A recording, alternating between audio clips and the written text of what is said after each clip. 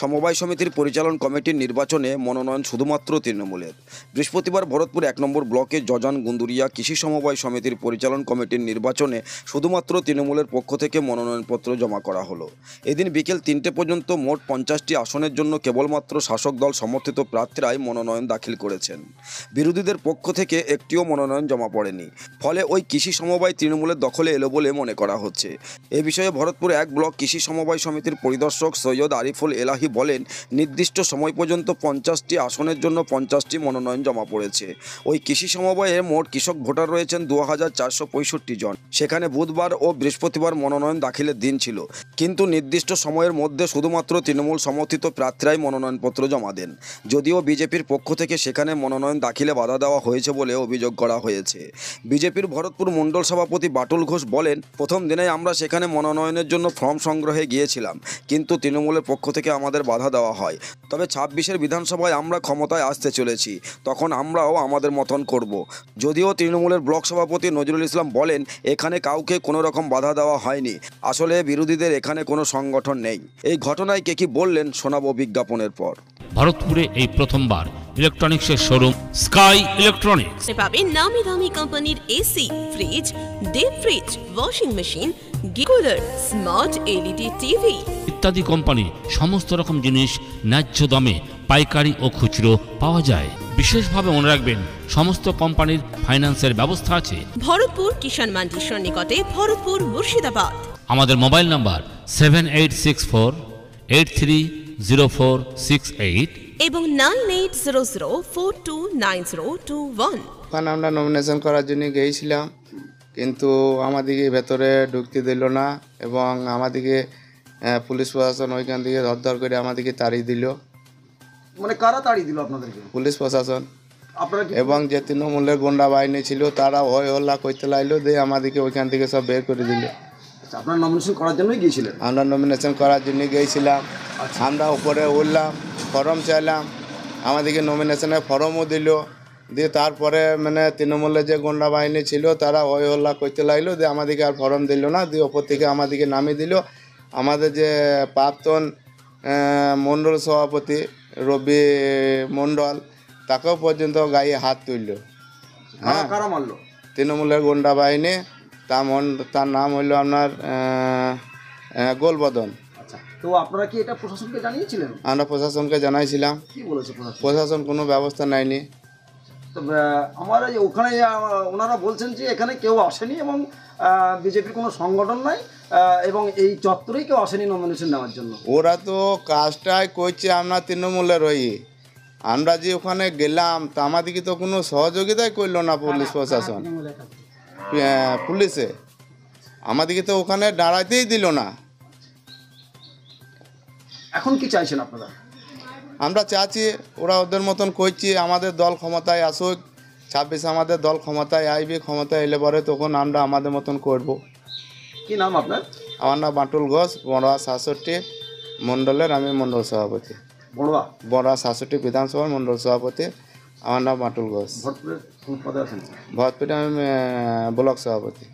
দেখুন, আমাদের যে সোসাইটি নির্বাচন ছিল জজান গুন্দুরিয়ার, সেখানে আমাদের এখানকার যারা নেতৃত্ব আছে দুই অঞ্চলের, তারা সকলে মিলে আমাদের নমিনেশন ফাইল 16 এবং 17 যে 2 দিন নমিনেশন ছিল, আমাদের 50টা নমিনেশন ফাইল হয়েছে। তার মধ্যে জজানে 30 জন এবং গুন্দুরিয়াতে 20 জন। তো এখানে বিরোধীদের সেরকম অস্তিত্ব নাই, সেই জন্য বিরোধীরা এখানে আসতে পারেনি বা আসেনি।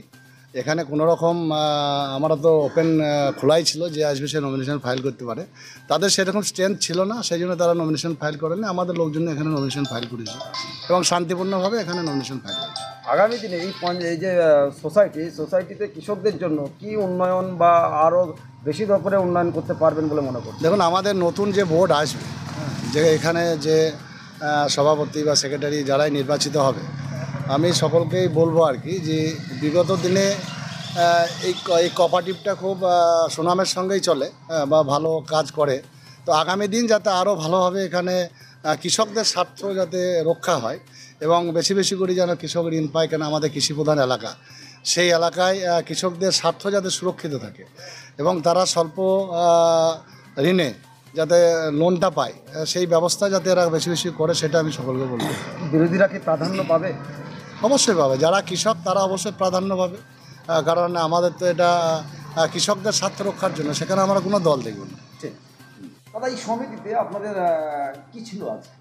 আজকে আমাদের মনোনয়নপত্র গ্রহণের শেষ দিন ছিল। গতকালকে এবং আজকে দুদিনে নমিনেশন আপনার কত হয়েছিল? গতকালকে এবং আজকে মিলে আমাদের দুটো নির্বাচন ক্ষেত্রে মোট আসন সংখ্যা ছিল 50টা। জজান অঞ্চলে জজান ডেলিগেট এরিয়ার জন্য 30টা ছিল এবং গুঁদুরিয়া অঞ্চল ডেলিগেট এরিয়ার জন্য 20টা আসন ছিল এবং টোটাল আমাদের আসন পড়েছে, মনোনয়নপত্র জমা পড়েছে 50টা, দুটো ডেলিগেট এরিয়া মিলে। ভোটার সংখ্যা কত? ভোটার সংখ্যা হচ্ছে 2465। 2465।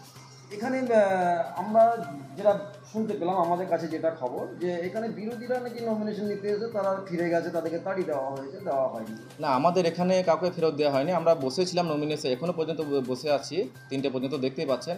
কাউকে আমাদের এন থেকে পৌঁছেছে বা করা হচ্ছে, কাউকে ফেরত পাঠানো হয়নি। হ্যাঁ, সকলকে ফর্ম দেওয়া হয়েছে, যারাই আমাদের কাছে পৌঁছেছে সকলকেই ফর্ম দেওয়া হয়েছে। আপনার বোর্ড গঠনের দিন ধার্য হয়েছে? অফিস বিহারের দিন ধার্য হয়নি, 27 তারিখে ভোটের ডেট, 27/4/2025। আগে এই ভোটটা কাদের ছিল? ভোট তো সবসময় কোনো রাজনৈতিক দলে থাকে না, এখানে যারা শেয়ার হোল্ডাররাই মেম্বার, যারা শেয়ার হোল্ডার তারাই মেম্বার। এখানে কোনো পলিটিক্যাল পার্টি বা রাজনৈতিক দলের কোনো সিম্বলকে প্রতিদ্বন্দ্বিতা করে না। সব শান্তিপূর্ণভাবে মিটেছে? সব শান্তিপূর্ণভাবে। আপনার নাম? সৈয়দ আরিফুল ইলাহি, সহকারী রিটার্নিং অফিসার, জজান গুদুরিয়া অঞ্চল FSCS লিমিটেড এবং সমবায় সমিতি সময়ের পরিদর্শক, ভরতপুর 1 নং ব্লক। আমাদের সমিতির সমবায় পরিচালনার নমিনেশন ছিল আজকে। নমিনেশন তো আজ কদিন আজকে ছিল? আজ ছিল, গতকাল ছিল। কতজন সদস্য আপনার এই সমিতি? আমাদের সদস্য 50 জন। 50 জন। আর ভোটার সংখ্যা কত? ভোটার সংখ্যা 2411 মতো। আচ্ছা, এখানে আপনারা ছাড়া আর কেউ নমিনেশন করেছে বিরোধী পক্ষ? আমরা কাল থেকে আজ অবধি কোনো বিরোধী লোক এখানে দেখতে পাইনি বা কেউ এখানে আসেনি। একটা অভিযোগ করছে যে ওরা নাকি এখানে এসেছিল নমিনেশন করতে, আপনারা লোকজন নাকি তাদেরকে তাড়িয়ে দিয়েছে। বিজেপিদের এটা প্রকরণটা মিথ্যা। এখানে কেউই আসেনি, এখানে প্রশাসন আছে, কাল থেকে চলছে, কোনো বিরোধী ক্যামেরা এখানে দেখতে পাইনি। এই যে সমিতি, সমবায় সমিতি, বিগত দিনে কারা ছিল দখলে? আমাদের তৃণমূল কংগ্রেসের দখলেই ছিল বিগত দিনে। তাহলে আজকে তো শেষ দিন, তাহলে আপনারা কি অখবর পেলেন? হ্যাঁ, আগামী দিনে এই সমিতিতে কৃষকদের জন্য কি কি পরিকল্পনা আপনাদের আছে উন্নয়নে? আগামী দিনে এখানকার গরিব প্রান্তিক কৃষকরা যাতে সুষ্ঠুভাবে পরিষেবা পায় এবং তাদের যাতে আমরা সহযোগিতা করতে পারি, তাদের পাশে সর্বজায়গায় থাকতে পারি, তার সচেষ্টা প্রকল্প আমরা চালিয়ে যাব এবং কৃষকরা যাতে সুবিধা পায় তার জন্য আমরা সর্বদাই তাদের পেছনে থাকবো এবং তাদের সহযোগিতা করব। বিরোধী যারা সদস্য আছে আপনার এই সমিতিতে, তারা আপনাদের কাছে কি প্রাধান্য পাবে? বিরোধী সদস্য এখানে কেউ নেই, আমাদের সবই তৃণমূল। ভোটার নেই?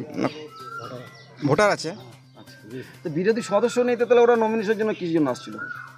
না, সদস্য আছে, সরি বললাম, সদস্য আছে কিন্তু নমিনেশনের কেউ আসেনি কেউ ওরা। আচ্ছা, তাহলে তারা কি আপনাদের কাছ থেকে আগামী দিনের সুযোগ সুবিধা উন্নয়নের জন্য তারা কি মমতা ব্যানার্জির উন্নয়নের সমস্ত সুযোগ সুবিধা সবাই পাবে, কি বিরোধী কি আমাদের দলের লোক, সব লোক পাবে। কি নাম আপনার? আমার নাম নিরোজ শেখ। আপনি এই সমিতিতে? আমার একজন সদস্য। আর অন্য কোনো ডেজিগনেশন আছে আপনার? হ্যাঁ, অন্য কোনো ডেজিগনেশন আছে, পদ? আমি ভরতপুর 1 নম্বর ব্লকের মাইনরিটি সেলের সভাপতি।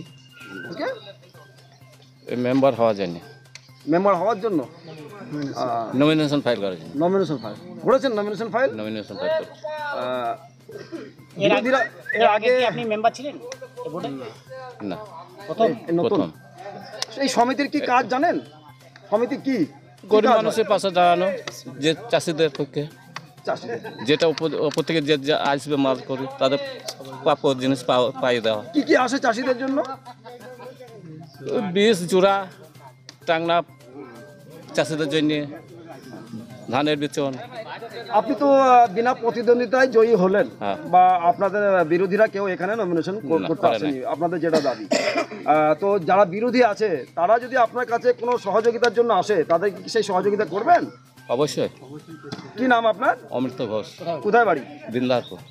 আপনার পছন্দের মোবাইল হ্যান্ডসেট ক্রয় করতে আসুন এক্সক্লুসিভ শোরুম রনি টেলিকম। এখানে টিভিএস, বাজাজ ও স্যামসাং ফাইন্যান্সের মাধ্যমে Oppo, Vivo, Realme, MI, OnePlus, iPhone কিস্তিতে মোবাইল পাওয়া যায় এবং পুরনো মোবাইল এক্সচেঞ্জ করা হয়। আমাদের ঠিকানা ভরতপুর বাজার আলিয়া হাই স্কুলের সন্নিকটে, ভরতপুর, মুর্শিদাবাদ। মোবাইল নম্বর 8170880880।